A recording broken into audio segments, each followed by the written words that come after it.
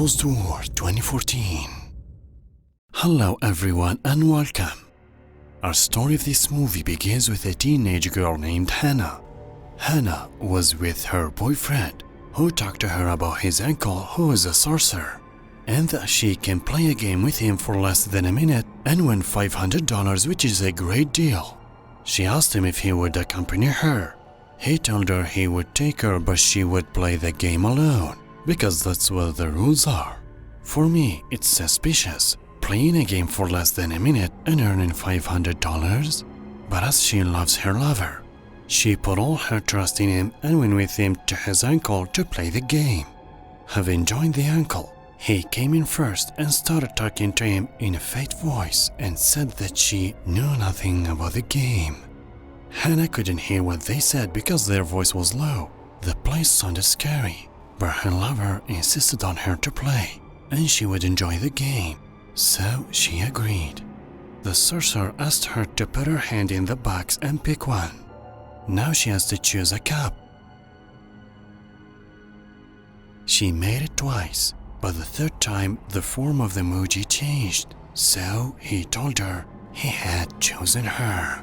She tried to touch the emoji, but the piece moved by itself, so he gave her the money and ordered her to go to the crossroads and say her name, so the ghost could recognize her when he called her.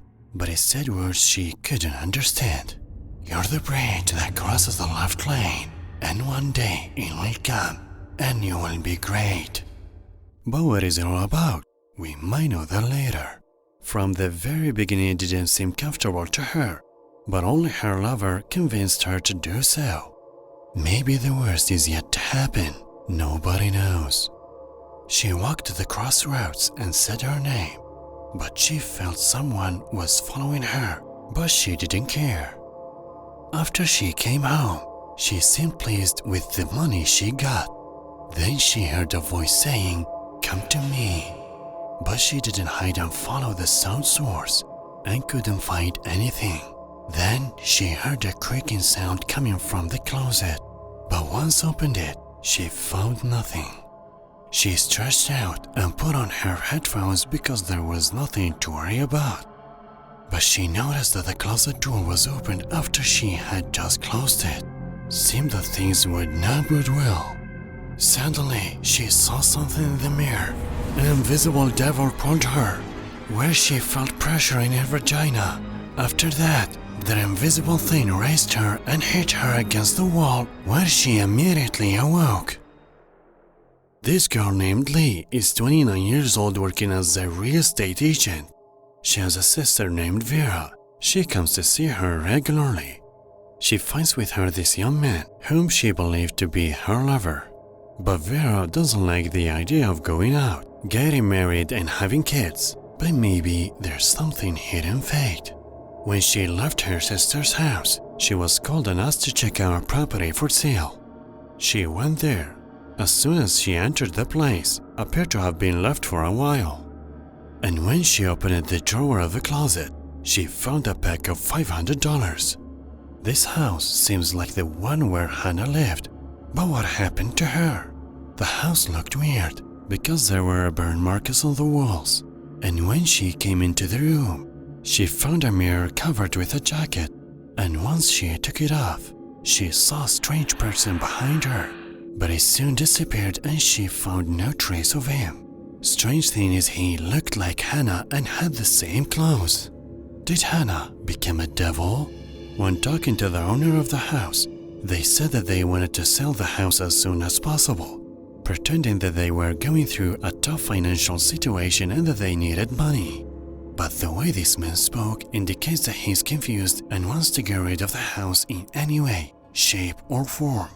The real estate agent said she saw someone there at home. This woman told her she was Charlene, but the father said they were looking for their daughter who ran off with her lover months ago. Since the parents seemed confused, they decided to go quickly, while she asked for permission to come home to check. Coming back to Hannah, we see that she decided to get out with the $500 package and bury her underground, believing that money is possessed by a devil. When she went back home, she couldn't believe what happened. and thought she was out of her mind. Then the closet drawer was opened by itself, and when she got closer, she found the package of money there. He was sitting inside her home dining, and suddenly the electricity went out. But it is expected because it was raining and there was a lot of lightning.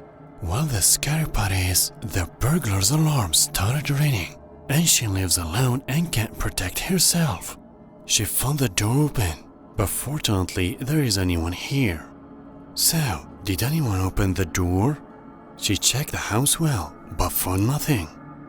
Then she heard the sound of steps on the ceiling walking straight ahead to take a picture with her sister and breaking the photo glass. It looks like the devil started following Lee as well, and she knows nothing about it, but there wasn't anything after that. The following day, Lee went to the couple's house to check. She walked into the room of the possessed mirror to take off the jacket again, but this time nothing happened. When she got up, she saw a girl upstairs that she thought was Charlene, but she was Hannah. Lee spoke to Hannah, but she remained strangely silent. Lee called Charlene's parents to tell them that she had found their daughter. But what's absolutely shocking is that the parents said that their daughter was with them. Lee gets a piece of paper from an old journal that says Hannah committed suicide. It looks like Hannah couldn't handle living with that devil and took her own life. Lee went to the girl to ask about her, but the voice was a man's voice. It looks like the devil inhabited Hannah's body and started wandering with it to find another prey. Suddenly, Lee began to flounder and fell to the ground and died immediately. Here the devil shows up as he is. And when Lee's body was taken to autopsy, it turns out she died of a heart attack, which made the cause of death unknown to her sister. The police gave Vera the key to Lee's house. She found the address of the possessed house. Once she got to it, it seemed like a strange place. And when she took the jacket off the mirror, she heard a voice telling her, "Come to me." So she followed him to the closet, where he showed his true form as a terrifying demon.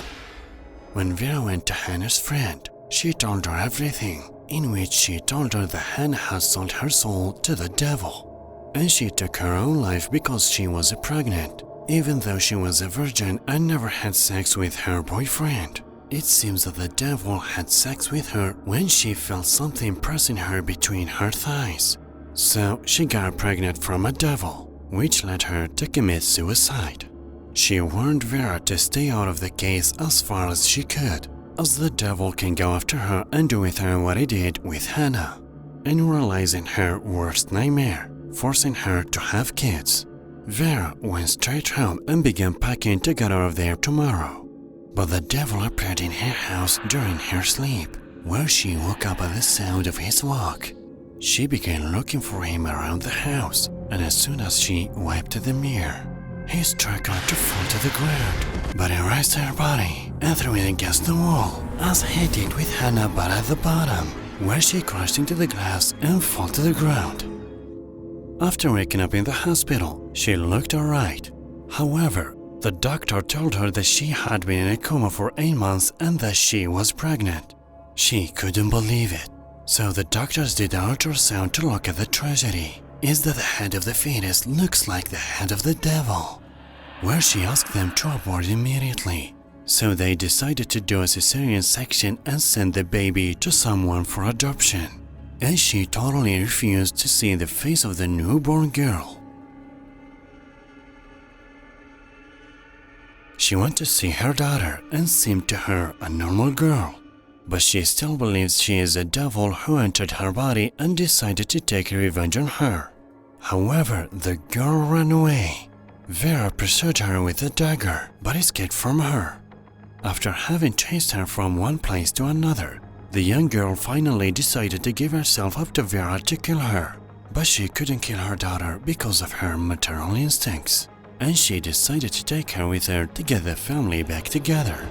And after Vera hated the whole marriage and motherhood thing, she brought a baby into the world by fate and against her will, and she couldn't abandon her even if she was a devil's daughter. Thanks for watching. Give this video a thumbs up if you enjoyed the story. and see you in the next video.